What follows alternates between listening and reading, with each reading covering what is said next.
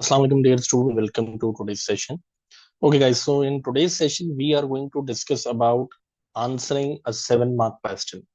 A 7 mark question is a part of section A in history as well, and a 7 mark question is a part of section B in history. So this is an important part of the paper and usually the students face difficulty in answering this question. So in today's session we are going to refer to the mark scheme and we are going to discuss some sample answers as to how a 7 mark question is being answered.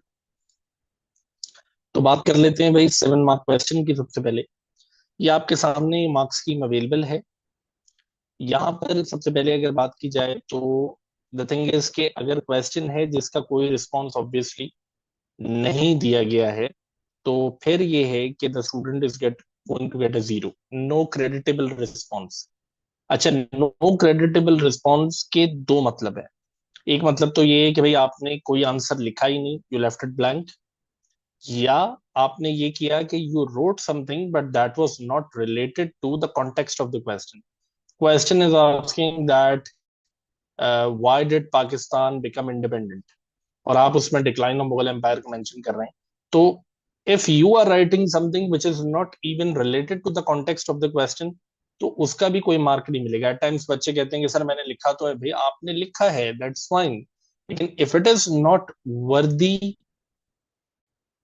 Creditable you are going to get a zero.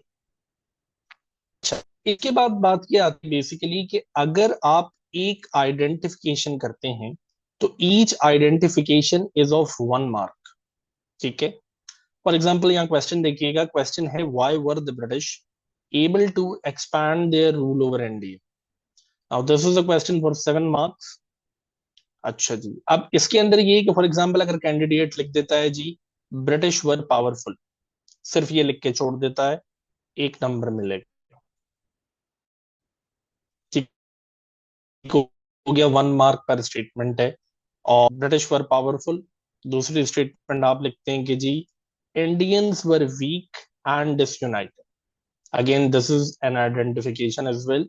So you got 1 mark in the first identification, you got 1 mark in the second identification, which means कि 2 out of 7 is going to be your score।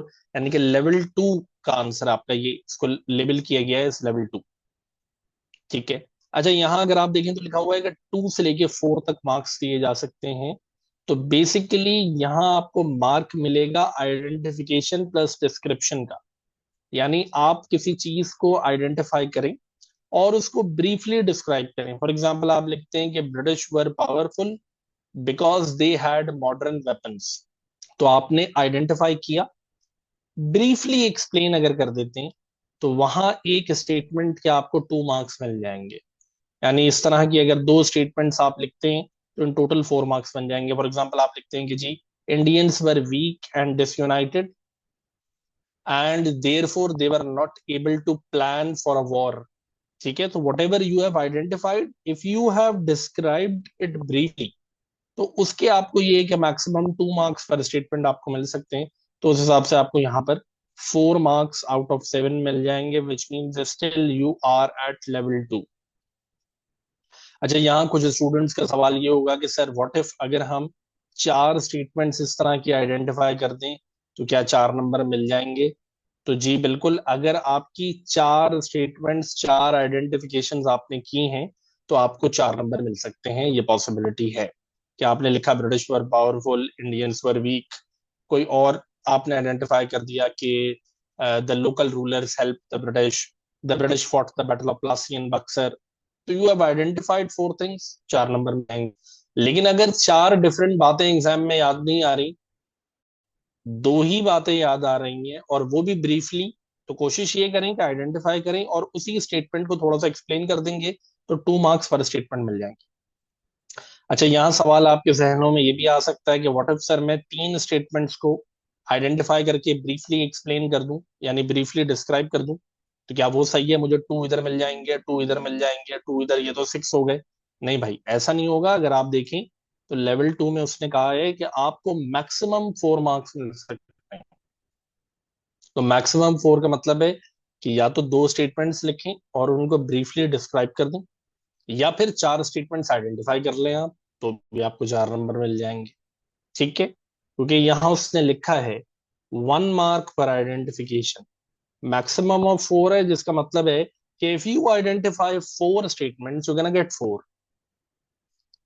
और अब आ जाते हैं for a perfect answer कि भाई what is perfection, जिसमें आपको full marks मिल रहे हो। एक बात ध्यान में रखिएगा, for 7 mark answer you can get full marks easily, उसमें कोई प्रॉब्लम नहीं है। सारे मिथ्स हैं जो भी आपसे कहता है कि 7 मार्क्स फुल नहीं मिलते और ऐसा इशू है वगैरह, this is not like that. अगर कोई स्टूडेंट पूरी कंटेक्चुअल नॉलेज लिखता ही नहीं है तो इन दैट केस ये है कि there can be a deduction, otherwise there is no deduction.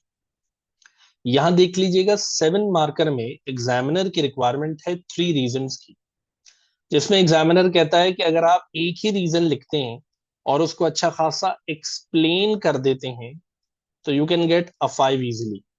लेकिन ये जो आप पहला रीजन लिखेंगे इसकी अच्छी खासी डिटेल होनी चाहिए, यू कैन गेट 5। अदरवाइज वही बात है कि अगर आप एक रीजन लिखते हैं लेकिन वो डिस्क्राइब किया हुआ है, एक्सप्लेन नहीं हुआ है, तो फिर आप लेवल 2 में फॉल करेंगे, यानी आपको एक रीजन के मैक्सिमम 2 मार्क्स मिलेंगे। ठीक हो गया।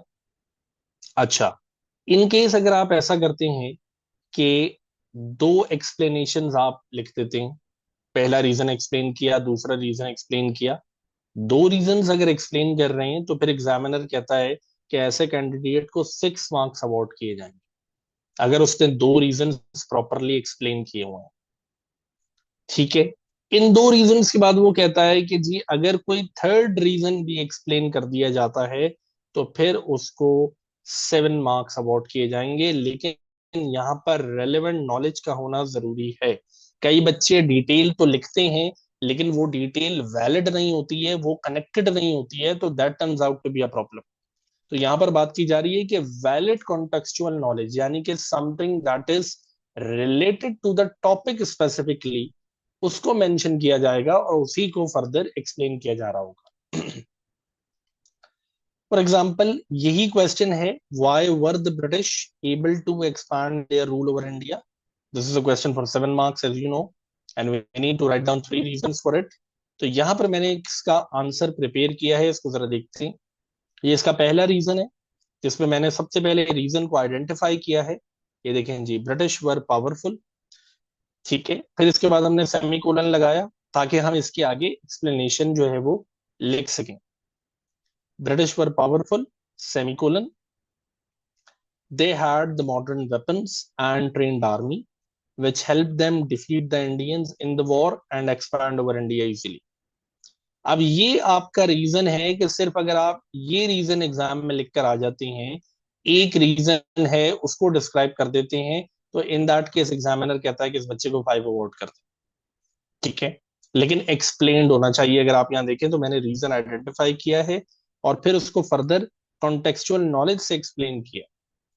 अच्छा, ये एक आसान तरीका है कि आप रीजन आइडेंटिफाई करके सेमी कोलन लगा लें ताकि आपको आइडिया हो जाए कि जी आइडेंटिफिकेशन हो गई, अब जो मैं लिखूंगा वो इसकी एक्सप्लेनेशन है। इस रीजन को फर्दर एक्सप्लेन किया जा सकता है अगर आप चाहें तो, डिपेंडिंग अपॉन द टाइम, क्योंकि टाइम बहुत ज्यादा नहीं होता एग्जाम में, टाइम कंस्ट्रेंट्स का इशू है।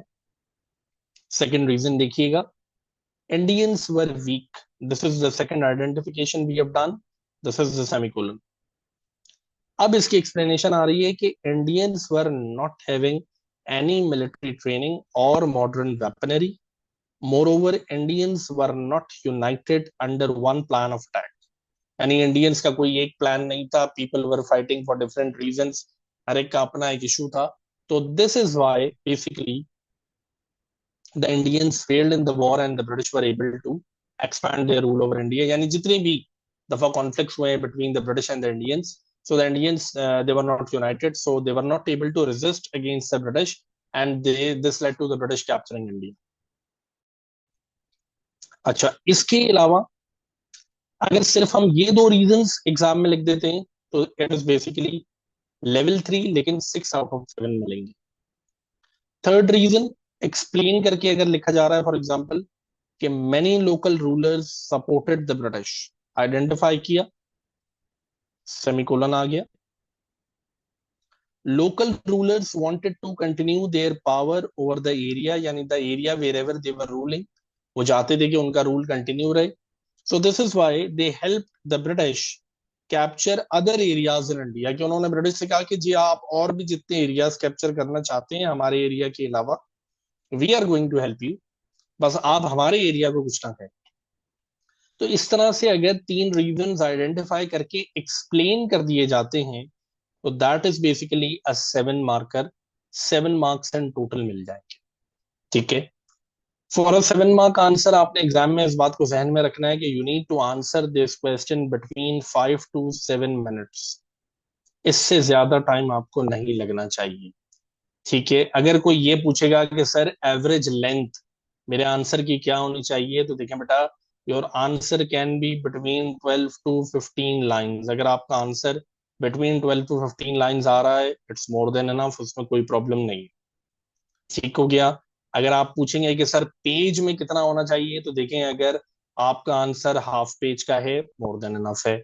अगर आप ये कहते हैं कि मेरा आंसर नहीं, मैं बहुत डिटेल में लिखना चाह रहा हूं, तो देखें जी maximum you can go up to 3 quarters of a page, not more than that, उससे ज्यादा मत कीजिएगा। So this is basically the tip for answering a 7 mark question, कि 7 मार्कर के लिए जरूरी है कि you need to be prepared for 3 reasons in total.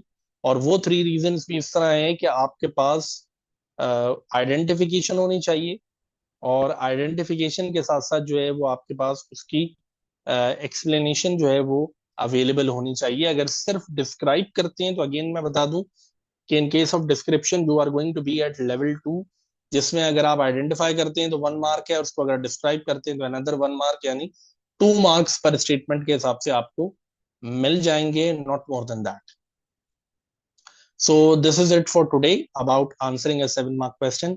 इस तरह की मजीद वीडियोस अगर आप लोग देखना चाहते हैं और पाकिस्तान स्टडीज के अंदर A स्टार स्कोर करना चाहते हैं, तो चैनल को लाइक करें, सब्सक्राइब करें और अपने फ्रेंड्स के साथ शेयर करें। Thank you.